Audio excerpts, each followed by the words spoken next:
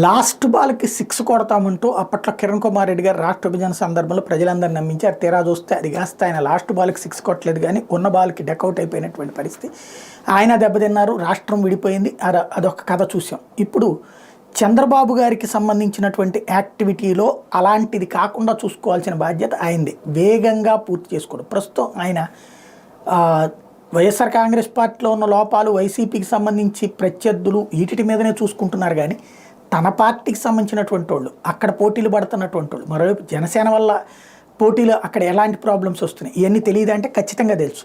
కాకపోతే ఇంకా ఢిల్లీ వైపు చూస్తూ ఉన్నారు. భారతీయ జనతా పార్టీతో పొత్తుకు సంబంధించినటువంటి అంశం. అంతకైతే జనసేనకి ఇచ్చినటువంటి సీట్లు పోను, మిగతా సెట్లో ఏమన్నా రేపు పొద్దున్న తెలుగుదేశం పార్టీ కావాలంటే ఇచ్చుకోవచ్చు కదా. పొత్తు అయితే ముందు అనౌన్స్ చేసుకున్న తర్వాత తొందరగా అనౌన్స్ చేయకపోతే ఈలోపు అసంతృప్తులు, అసమ్మతులు పెరుగుతుంటే అది జాగ్రత్త పడాల్సినటువంటి సందర్భం అయితే ఉంది.